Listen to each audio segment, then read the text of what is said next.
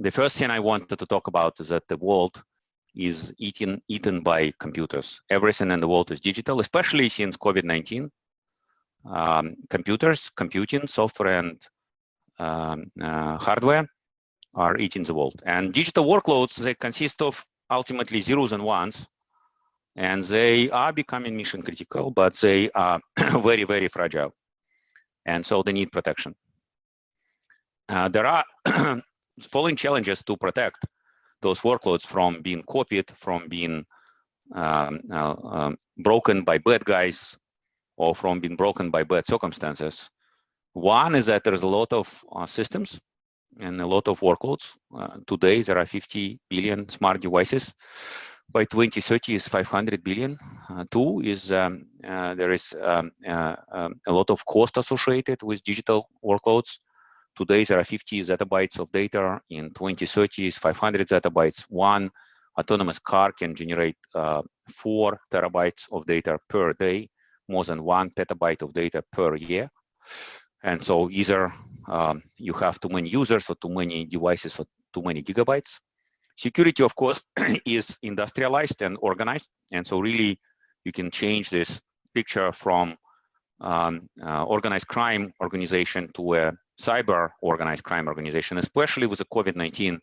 Even criminals had to adapt and have to manage their businesses through digital means and perhaps secure video calls.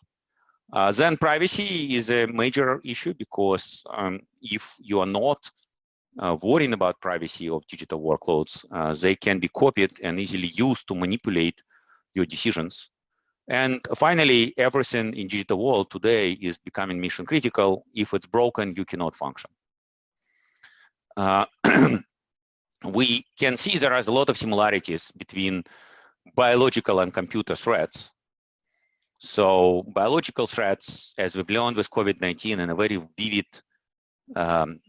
way, as if it was a movie, biological threats require prevention, detection, response, recovery, and forensics all together to make sure that the damage is minimized. Good hygiene, healthy lifestyle, social distancing on prevention side, a very good way to decrease number of severe casualties and decrease number of people sick. Detection, very important, as we've learned with COVID-19, very quick detection of who is sick, very quick detection who was sick and couldn't get sick anymore with antibody tests. Response, extremely important, having a good healthcare system, good general purpose health care, and strong immune system of your population. Recovery, very important as well. People do get sick and they need to recover in a way that it's most optimal for their health and for the financial and strategic health of their communities. And of course, forensic, because without forensic, you can actually not figure out how to do prevention. It is extremely similar for what can affect your computers. And just like with computer or with biological viruses, it's not really important whether the virus is made by a human or whether it is actually somehow created by nature, or whether it's an accident, whether it has a biological, political, or natural disaster kind. You need to do all those 5 things: prevention, detection, response, recovery, and forensic, in order to make sure that your digital infrastructure is healthy. And in fact, when it comes to biological infrastructure, we are prepared to deal with such threats since thousands of years. With digital world, we're only learning. In Acronis, we believe that the only way to go forward is complete and integrated protection.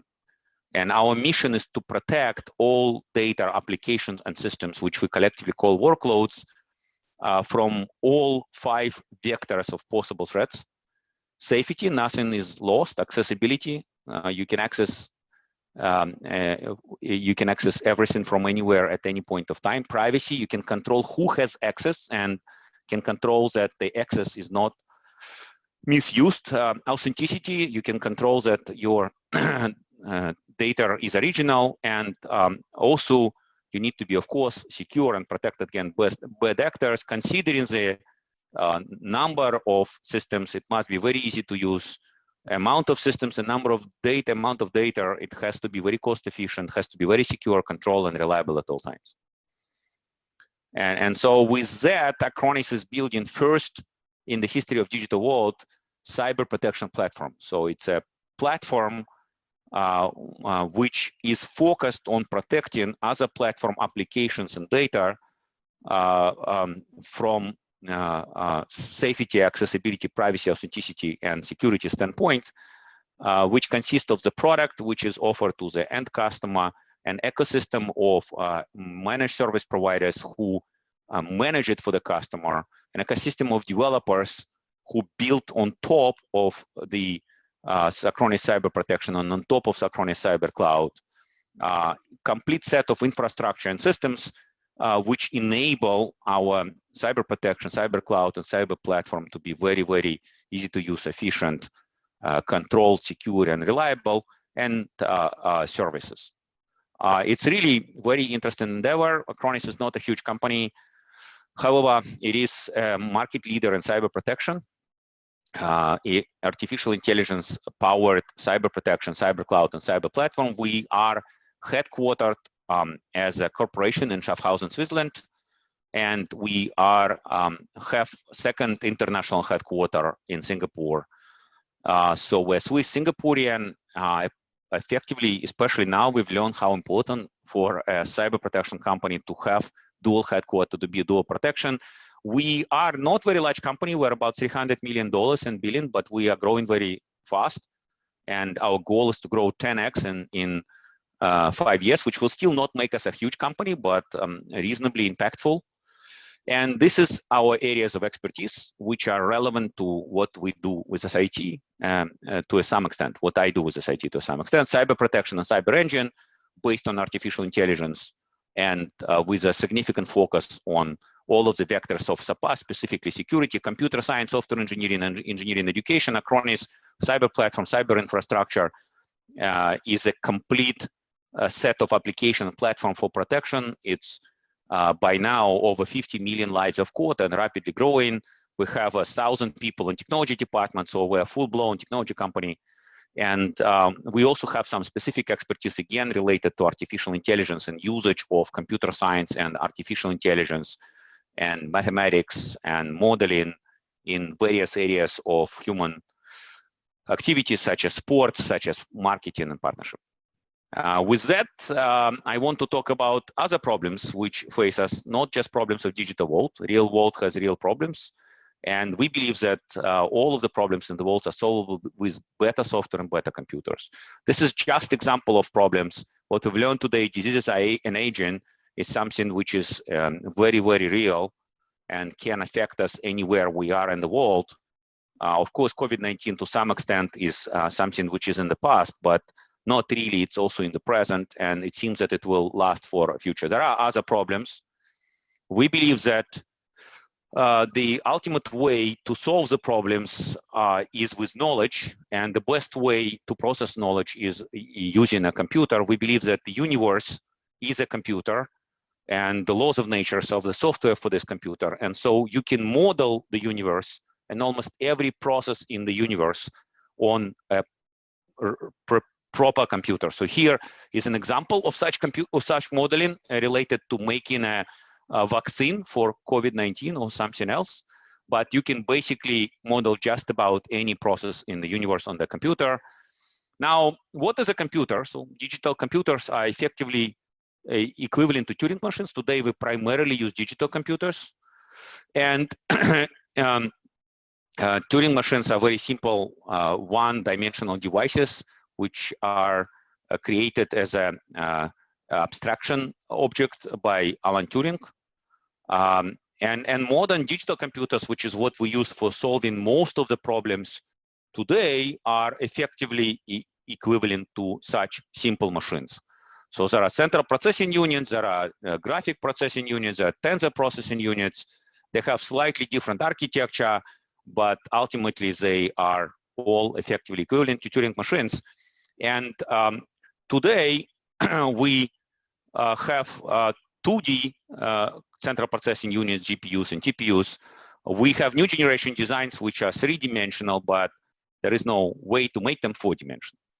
With that, we are reaching some limitations of digital computers, and there are a number of proposed up-and-coming designs to solve some of the limitations, such as specifically limitations of digital computers for deep learning. For example, neuromorphic designs, both in production level and some proposed designs like based on memory registers and photonic computers.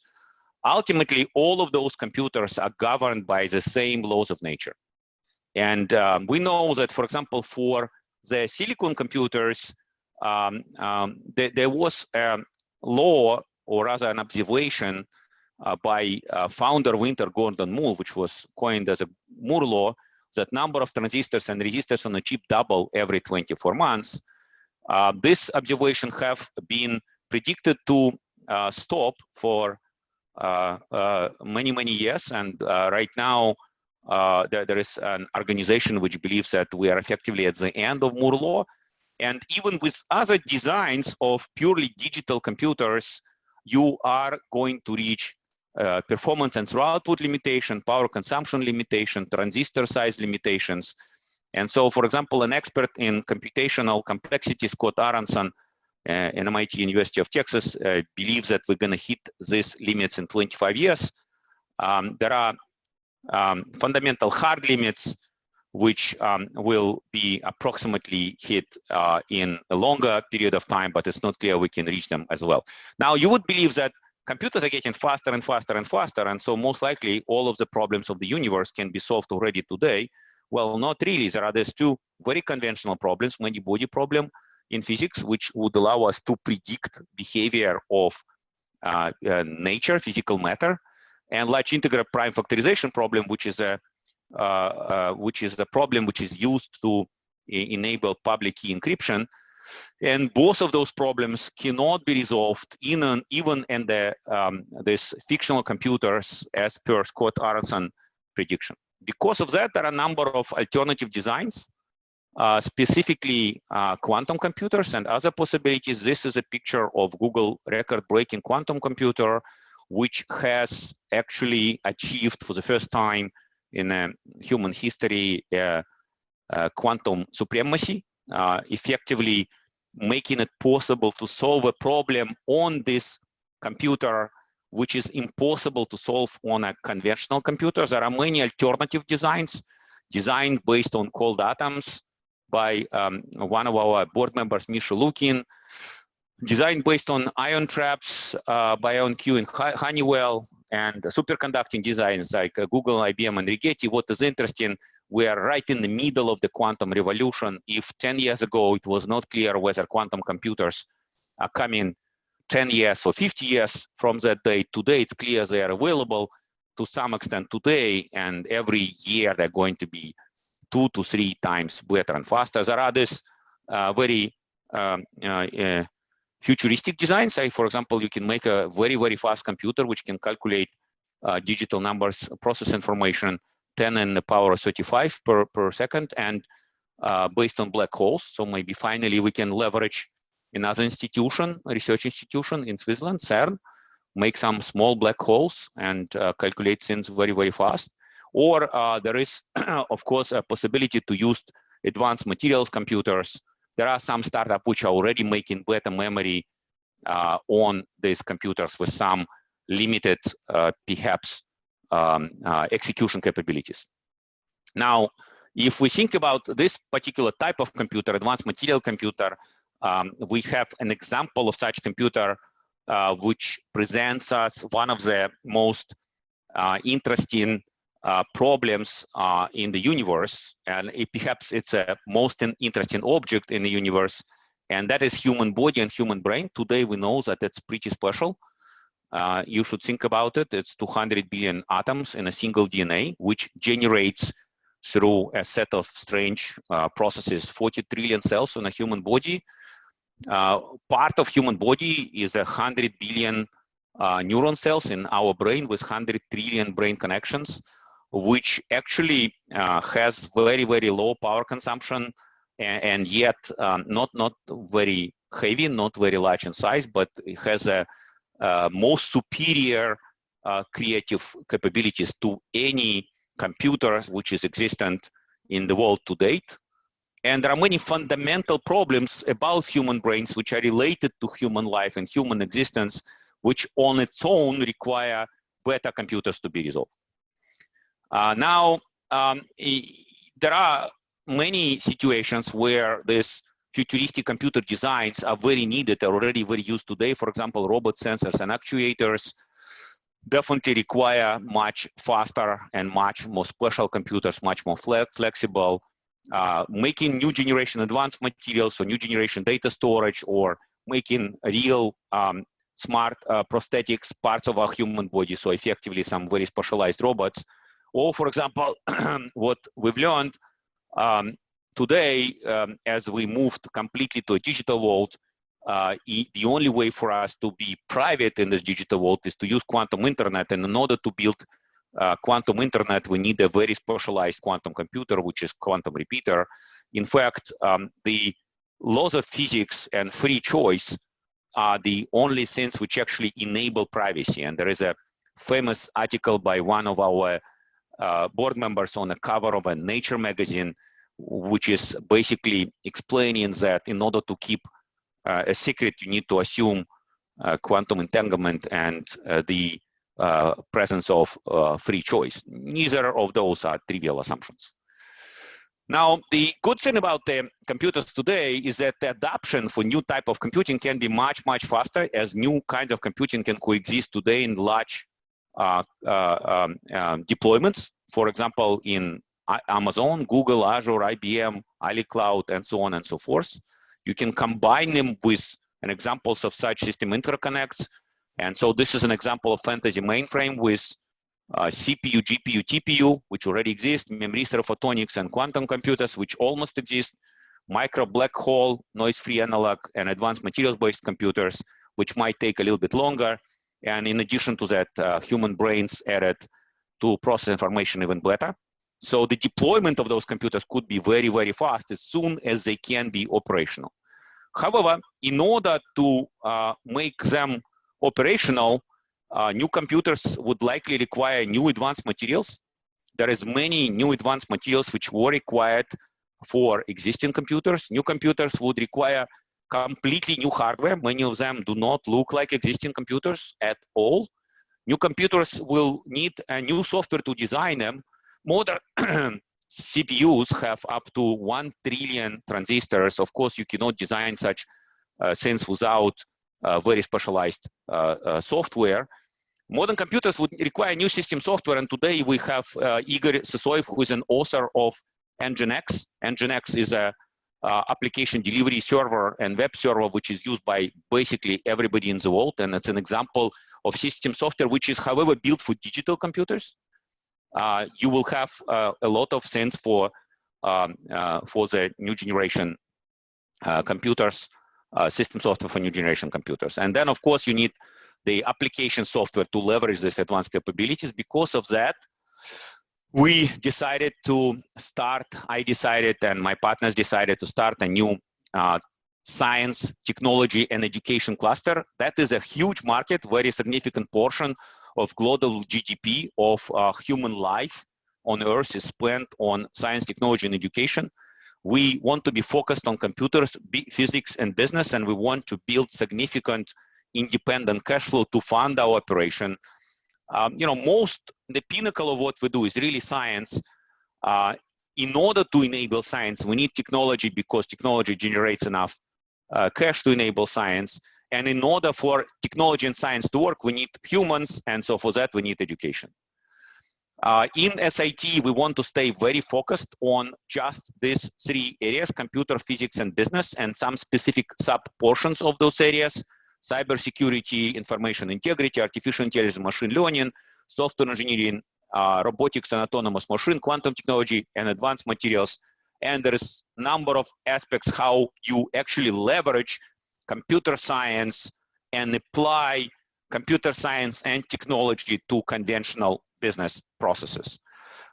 What is very important for us is to build it in a very interdisciplinary approach way, because we believe that modern products solutions to the human problems are always requiring multiple discipline compliance together. Such a desired object as autonomous car, in SIT we have autonomous car racing team, require, for example, all of those areas together to be enabled. So most of the areas which we listed are needed just to build a very simple thing of an autonomous car which would really work and will be able to drive fast. How are we going to do it? Really very simple. So first of all, we created a partnership. Well, first of all, we chosen Switzerland and Schaffhausen for a headquarters. Second of all, we created a partnership with Carnegie Mellon and National University of Singapore. Third of all, we have built a very strong strategic advisory board. Our chairman of the board is a Nobel Prize winner in physics, probably the youngest Nobel Prize winner in physics, very active in research. Kostya Novoselov, he is still just 45, and he is very much involved in advanced material research. Michael Lukin and Nicolas Jezan in quantum technology, Arthur Reckert, David Rosenblum, Mark Kamlet have different degree of relation to computing sciences, and Fabio Pomoli, Rina Rapuli, Sergei Nitesin applying technology and science to business. We also have a strong board of directors, strong executive board, strong industry board, and there is a lot of people who are leaders in science, research, and business, science, technology, and business, which are part of our Friends Network. Presence of these people enable us to reach the heights with our students. With that, we are going to be launching 3 interdisciplinary master programs, but in 2020, only one of them, master program of computer science and software engineering. There is a description of the program, I believe, in this presentation today. Mauro Peze, the father of the program, will take over from the mother of the program and will describe it to you in a better fashion. I just want to focus on 2 important differentiators. The first differentiator is that typical technology projects, typical product development projects today always involve software. And the software engineering is never about one person building one product over 1 year, but typically it's 100 people over 10 years. So typically you're talking about 1,000 man years, typically you're talking about 10 to 100 releases, and typically you need 5 to 8 leaders which actually manage those 100 people and manage number of aspects of the operation of those people. And I described those 15 roles on the left side, which I believe are important for large and typical project in software and computing. This year, we are going to be focused on these 5 first roles: Chief Architect, Chief Product Officer, Chief Program Officer, Chief Development Officer, and Chief Security Officer. All of those roles require something beyond computer science and software engineering. And so this is a sense which we believe that's the second part leaders require. So the first is access to leaders and advanced people. In my career, I learned the most by working with advanced, driven, and very smart people. And our governing boards and our network will be actively involved with students, will be actively accessible to students. And I think this is an unbelievable advantage for every student in the program. We may be a new institution, but if you look at the people involved, the level of people involved is not less than any of the top 25 universities in the world. Then the second thing is entrepreneurship. Entrepreneurship is something which is complicated, and I was asked whether it can be taught. In my opinion, you can show it by example, and there are certain things which you can provide. Entrepreneurship is important whether you're building a new company or you're starting a new project within a large company. Then, of course, specific skills for those 5 roles. Some of those roles are relatively conventional, such as, for example, Chief Development Officer or Chief Security Officer, even though there are very many new aspects to how you need to work in those roles. Some of those roles are perhaps less known, especially for beginners in software engineering, computer science. Then another thing which is extremely important in software engineering is that software engineering is always about change. Change, stress, and multiple things at the same time is a common scheme of any high pressure technology and science project. And so you need to know how to manage change, because that's all you do, manage change. Science of people, understanding people and understanding human behavior. It's important for computer scientists and software engineers to understand business, and we want to teach business in the language of computer science. Modern business can be described as a game theory or as a mathematical and computer science model. A lot of the problems in business can be solved with the use of artificial intelligence. And then we're going to give two short overviews of physics, where we have the most advanced expertise, quantum informatics and advanced materials. Again, in the language of software. The way we think about the program, it is 70% computer science and software engineering. It is 20% leadership and management and entrepreneurship, and it's 10% very special areas in physics. And with that, this is my last slide. So what can you do now? So first of all, you can become a Acronis customer, partner, employee, engineer, or executive. We are just 1,500 people, but we're hiring another 1,500 over the next 36 months. You can join SIT as a researcher, faculty. You can invest or be a sponsor, help a student. And we are really looking for students. That's the most important reason for today's presentation. And why would you join us? Very simple, because in reality, you want to become one of those people on the right, Alan Turing, who is the ultimate computer science, John Bardeen, who is the ultimate physics scientist, and Larry Page and Sergey Brin, who built extremely successful business through the extreme knowledge of computer science and software engineering. Thank you very much.